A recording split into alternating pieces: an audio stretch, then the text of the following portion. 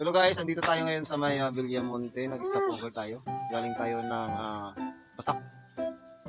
Ayan. Magpapahinga po yung mga ate at mga kuya ninyo. Ayan. Ate at saka mga kuya ninyo. At saka yung lolo ninyo. Ayan.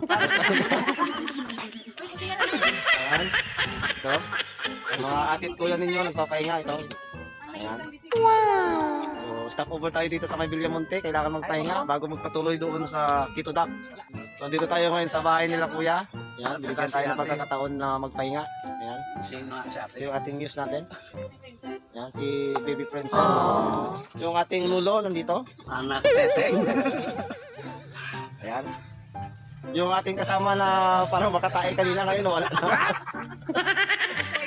Andito yung ating financier. Ayan. Ayan. Ito yung financier natin. Mamaya pagdating doon sa Quito Dock, siya yung magbili ng mga inumin natin, pagkain.